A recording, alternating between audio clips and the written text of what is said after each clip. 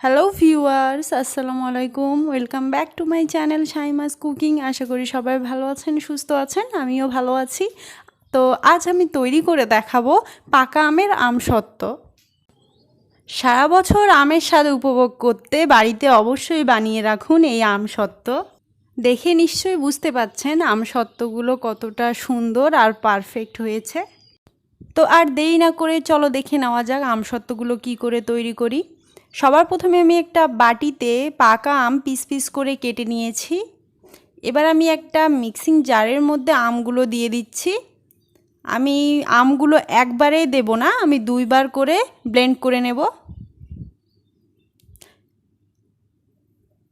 আমি আমগুলো খুব ভালো মতো ব্লেন্ড করে নিয়েছি, দেখুন এইরকম হবে। এবার একটা বাটির মধ্যে আমি ঢেলে দিচ্ছি।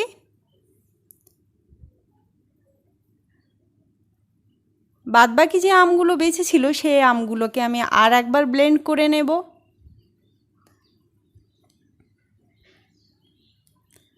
আবারও ব্লেন্ড করে নেওয়া হয়ে গেছে। এবার আমি সেই বাটির মধ্যে আমগুলো আবার ঢেলে দিচ্ছি।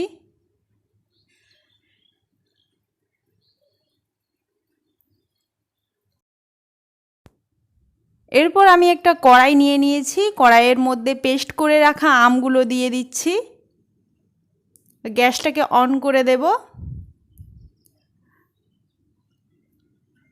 পেস্ট করে রাখা আমগুলোকে আমি এবার খুব ভালো মতো জাল করে নেব।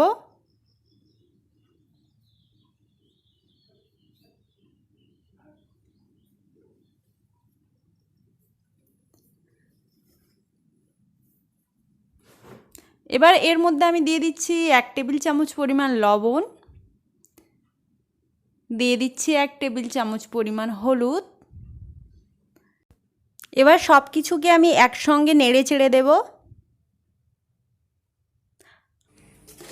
এরপর আমি এখানে দিয়ে দিচ্ছি 1 বাটির মতো চিনি। চিনিটা আপনারা আপনাদের স্বাদ মতো নেবেন।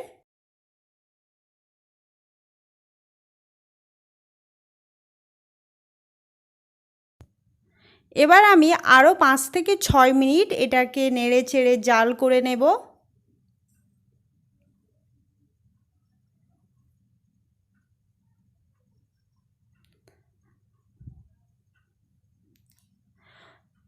এবার এটা হয়ে গেছে, এটাকে 5 মিনিটের জন্য ঠান্ডা হওয়ার জন্য রেখে দিচ্ছি।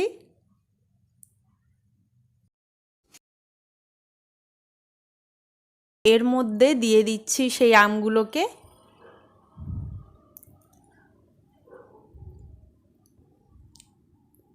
দুটোতেই একই মাপের করে দিয়ে দেব।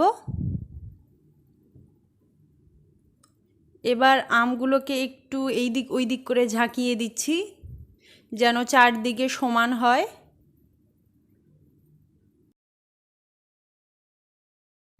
এইভাবে ঝাঁকিয়ে দেওয়ার একটাই কারণ যে এইভাবে ঝাঁকিয়ে দিলে চারদিকে সমানভাবে থাকে, আর না হলে একদিকে পাতলা মোটা হয়ে যেতে পারে।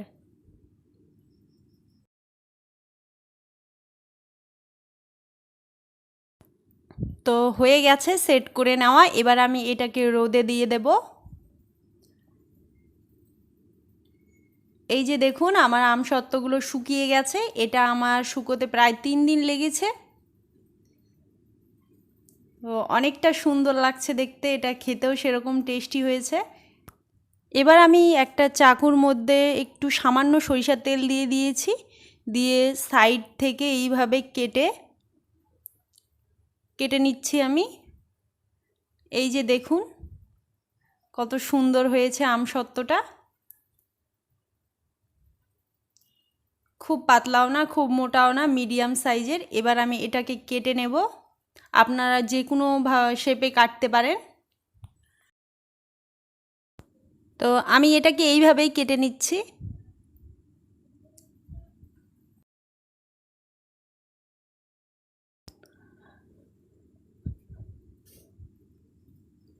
এবার এটাকে আমি একটু চারকোনা করে কেটে নেব। তো অসাধারণ হয় এই আমসত্ত্বটা খেতে, এটা বাড়িতে অবশ্যই ট্রাই করবেন। আমসত্ত্ব কিন্তু বাচ্চারা খেতে খুবই পছন্দ করে। দেখবেন বাড়িতে একবার ট্রাই করে সবার প্রশংসা পাবেন। তো তো বন্ধুরা, আজকের আমার এই ভিডিওটি যদি আপনাদের ভালো লেগে থাকে তাহলে অবশ্যই লাইক কমেন্ট করবেন আর এই ভিডিওটিকে প্রচুর পরিমাণে শেয়ার করবেন। আর যারা আমার চ্যানেলটিকে এখনও সাবস্ক্রাইব করেননি তারা প্লিজ সাবস্ক্রাইব করে দেবেন, বেল বাটনে ক্লিক করে নোটিফিকেশনটা অন করে দেবেন যাতে আমার পরবর্তী ভিডিও সবার প্রথমে আপনার কাছে পৌঁছে যায়। আর এই রেসিপিটি অবশ্যই বাড়িতে ট্রাই করবেন। ভালো থাকবেন, সুস্থ থাকবেন, আল্লাহ হাফেজ।